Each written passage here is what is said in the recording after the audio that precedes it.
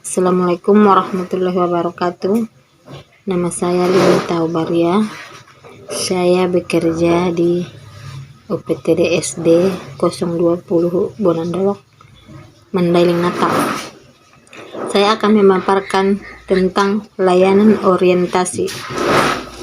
Layanan orientasi pengertiannya adalah layanan bimbingan yang dilakukan untuk memperkenalkan peserta didik baru dan seseorang terhadap lingkungan yang baru dimasukinya.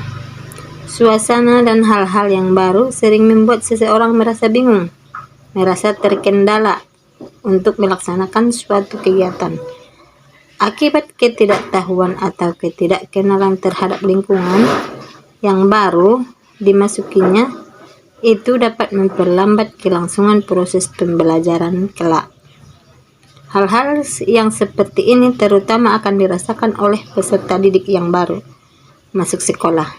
Mereka membutuhkan pengenalan dalam berbagai hal yang berhubungan dengan sekolah, sehingga mereka diharapkan terhindar dari perilaku yang maladaptif atau perilaku menyimpang, dan dengan cepat dapat beradaptasi dengan tuntutan lingkungan sekolah yang baru.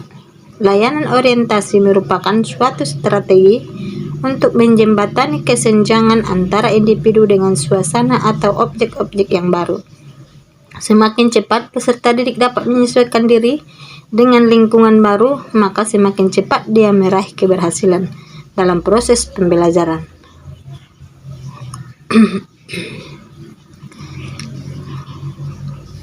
Tujuan layanan orientasi. Layanan orientasi bertujuan untuk membantu peserta didik agar dapat dengan segera menyesuaikan diri dengan tuntutan-tuntutan yang berlaku pada situasi baru.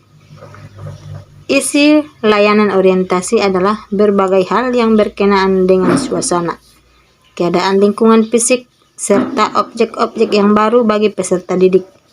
Ada hal-hal baru yang perlu diketahui oleh peserta didik, seperti letak ruangan perpustakaan, ruang guru, ruang kepala sekolah, kantin, musola, UKS.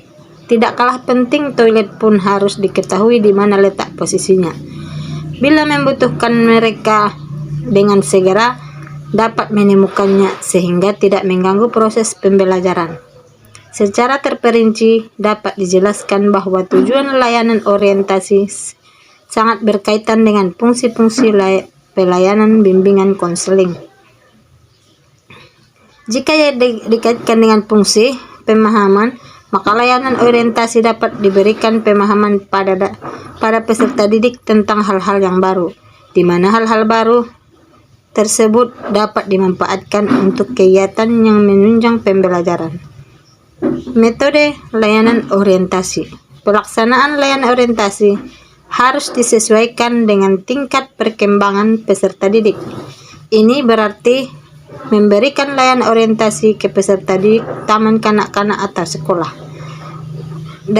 sekolah dasar akan berbeda caranya dengan peserta didik tingkat SLTP, SLTA, atau PT.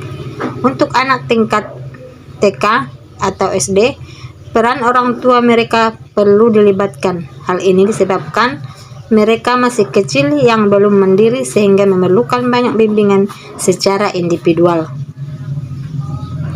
Pelaksanaan layanan orientasi.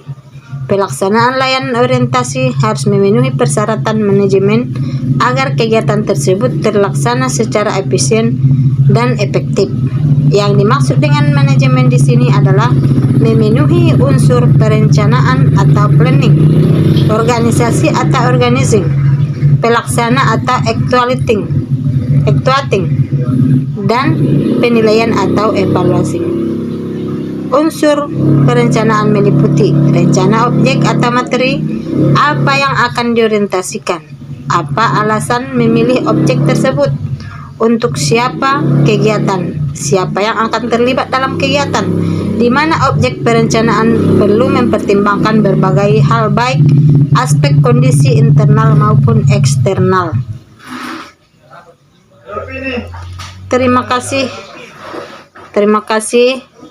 pembahasan saya mengenai orientasi pelayanan. Saya akhiri dengan salam. Assalamualaikum warahmatullahi wabarakatuh.